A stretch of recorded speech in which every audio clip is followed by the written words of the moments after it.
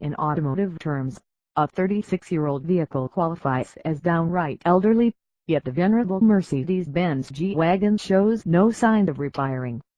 The end of the production run for the current G-Class is at least 2 or 3 years away, when Daimler will launch a thoroughly redesigned model, but we wouldn't be surprised if Mercedes decided to keep building the original even after that. While it may not need any help in the market, the G-Wagon virtually flies out of dealerships. Mercedes has gone ahead and replaced the entry-level engine with a more modern, more efficient, and more powerful unit. The previous, naturally aspirated 5.5-liter V8 makes way for a new, twin-turbocharged 4.0-liter V8, ostensibly the same engine that powers the AMG GT supercar.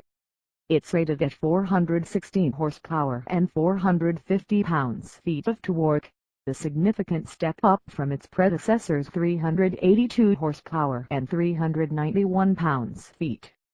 The factory-stated 0 to 62 mph time drops to 5.9 seconds, while top speed remains governed at 130 miles per hour.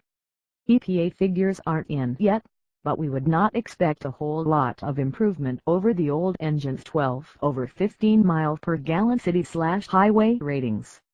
We loved the previous 5.5-liter V8. It fired up with a bark and emitted a pleasingly guttural, almost AMG-like soundtrack.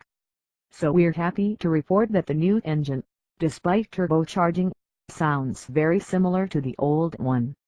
Moreover, there is essentially no turbo lag, and the engine propels the G-Wagon forward with astounding force. Torque is transmitted to all four wheels through a 7-speed automatic. The new G550 is slightly better than the old model in a straight line, and it is a lot better during cornering, at least in the suspension sport setting. The body rolls less than before, and the stability control system lets you have a lot more fun before it smoothly cuts in. Of course, the G550 is still a long way from a sports car. Its recirculating ball steering is imprecise, low on providing feedback, and requires constant corrections. That's not much of an issue off-road, however, where the G-Class remains supremely capable thanks to its ladder frame construction, low-range transfer case, and 3 locking differentials. Logically, the G-Class doesn't fare especially well in comparison to other, more modern luxury SUVs.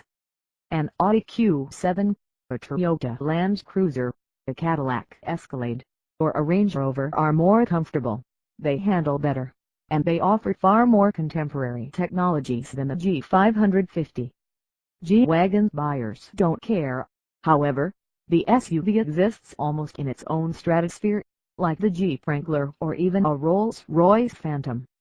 We're glad it's still around and happy to see it improved.